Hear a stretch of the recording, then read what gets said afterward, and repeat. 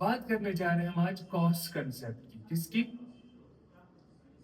Cost concept बोलो या historical cost या हिस्टोरिकल कॉस्ट।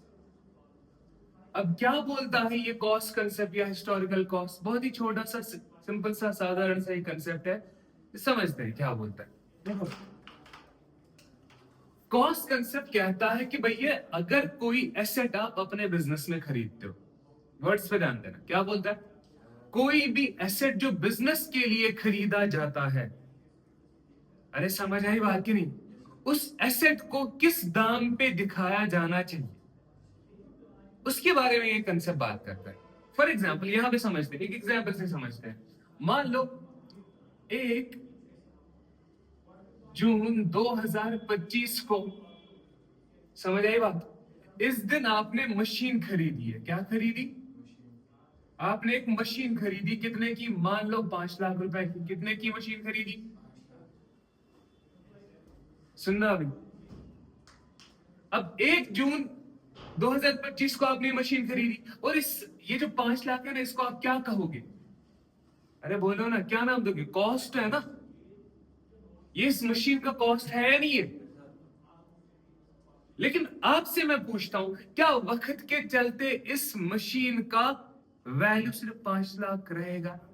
मार्केट में इसका दाम बढ़ भी सकता है, इसका दाम घट भी सकता है। अरे समझ रहे हो बात को? मान लो अगले साल कुछ ऐसा हो गया, इसी मशीन की, यही मशीन बाजार में बिकती है 12 लाख की, या ऐसा कुछ हो गया, वैल्यू घट गया, यही मशीन बिकती है अब 2 लाख रुपए की या 1.5 लाख रुपए की। अब क्या करें? लेकिन आपने किस दाम पे खरीदी है? 5 लाख रुपए की खरीदी है। तो यही कहता है कॉस्ट कंसेप्ट, कहता है भैया जो भी एसेट खरीदा गया, जिस दाम पे वो खरीदा गया, आपको बुक्स ऑफ अकाउंट्स में उसी दाम पे उसको रिकॉर्ड करना पड़ेगा।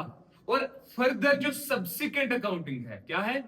जो सब्सिक्वेंट अकाउंटिंग होगी, यानी जैसे डेप्रिसिएशन लगाना, वक्त के चलते एसेट्स का वैल्यू गिर जाता है, जिस वैल्यू गिरने को हम क्या कहते हैं? डेप्रिसिएशन, है ना। तो वो जो डेप्रिसिएशन भी है वो भी किस पे लगेगी? इसी दाम पे, जिस दाम पे तुमने इस एसेट को रिकॉर्ड किया हुआ होगा। ये बिल्कुल भी मायने नहीं रखता कि मार्केट में वैल्यू बढ़ा हो या वैल्यू घटा हो। इस चीज से हमारे वैल्यू पे कोई फर्क नहीं पड़ेगा। समझ आई बात की नहीं आई? अरे क्लियर है यहां तक? ये कहता है कॉस्ट कंसेप्ट, यानी ये बात करता है पर्टिकुलरली एक्विजिशन कॉस्ट की। किसकी? एक्विजिशन कॉस्ट क्या होता है? एक और चीज मैं बता दूं, मान लो तुमने ये मशीन लाई, 5 लाख की पड़ी ना, नई मशीन ला रहे हो दिल्ली से। अब इस पे तुमको किराया लग गया 50,000 रुपए। क्या लग गया? अरे समझ आ रही बात? ट्रांसपोर्टेशन चार्जेस लग गया कितना? 50,000 रुपए। ये हो गया हमारा ट्रांसपोर्टेशन चार्जेस, ठीक है ना। ये लग गया मान लो 50,000 रुपए।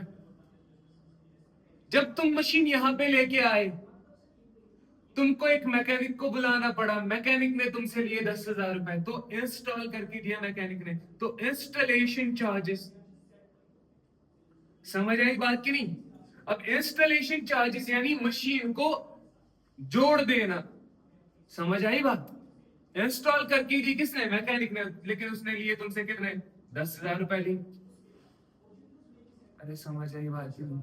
अब मैं तुमसे पूछता हूं, बताओ कॉस्ट कितना है मशीन का? क्या क्या कॉस्ट मानोगे मशीन का? मैं तुमसे पूछ रहा हूं, बताओ बताओ भाई, मशीन का कॉस्ट कितना है? मान लो तुमने ये लाई, दिल्ली से लाई 5 लाख रुपए की, किराया लग गया 50,000 रुपए, इंस्टॉलेशन चार्जेस लगे 10,000 रुपए। मैं तुमसे अब पूछता हूं, बताओ भाई मशीन कितने की पड़ी तुम्हें?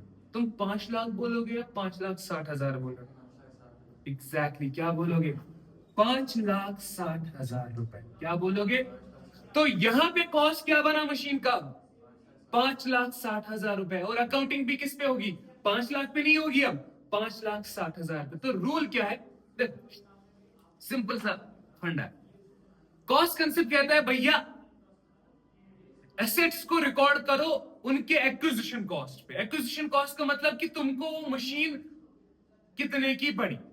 एक और चीज ये बोलता है, याद रखना ये चीज, हमको एक्विजिशन कॉस्ट वो कॉस्ट होता है, यानी जब भी कोई मशीन लाई जाती है उसको रेडी टू यूज करने तक, कब तक? रेडी टू यूज बनाने तक जितने भी उस मशीन पे खर्चे लगे हुए होंगे ना, वो सारे खर्चे आपको उस मशीन के कॉस्ट में ऐड करने पड़ते हैं। देखो मैंने क्या बोला, फिर से बता रहा हूं, कॉस्ट कंसेप्ट का सिंपल सा फंडा यही है।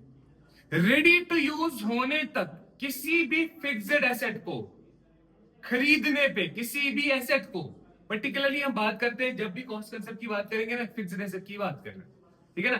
तो कभी भी जब आप अपने पास कोई एसेट खरीदते हो बिजनेस में, समझ आई बात, उस एसेट को रेडी टू यूज बनाने तक, रेडी टू यूज, अच्छा मुझे बता रेडी टू यूज क्या होता है? मतलब अब फटाफट से तुमने मशीन चालू करनी और ये चल जाएगी। रेडी टू यूज होने तक क्या क्या खर्चा लगेगा? एक तो तुमने दुकानदार को पैसा दिया होगा या फैक्ट्री वालों को पैसा दिया होगा जिससे तुमने मशीन खरीदी, किराया लग गया होगा, लोडिंग चार्जेस अनलोडिंग चार्जेस लगे हुए होंगे, है ना, और इंस्टॉलेशन चार्जेस। ये कुछ खर्चे हैं जो इस मशीन को तुम्हें अपने गोदाम तक लाने में लगे हुए होंगे। तो तभी मैं बोल रहा हूं रेडी टू यूज होने तक जितने भी खर्चे एक मशीन पे लगे हुए होंगे, वो सारे खर्चे आपको मशीन का ही कॉस्ट मानना पड़ता है। उसी कॉस्टों को हम क्या कहते हैं? Acquisition cost. क्या कहते हैं? तो यहां पे हमारा एक्विजिशन कॉस्ट क्या है? यहां वाले केस में अब क्या है? 5,60,000। समझ आई बात की नहीं? और याद रखना, आगे जो अकाउंटिंग होगी, आगे जो डेप्रिसिएशन लगेगी, वो किस पे लगेगी? 5 लाख पे लगेगी या 5,60,000 पे? 5,60,000 पे ही लगेगी। समझ आई बात? 5 लाख तो तब था जब ये आइटम्स नहीं थे।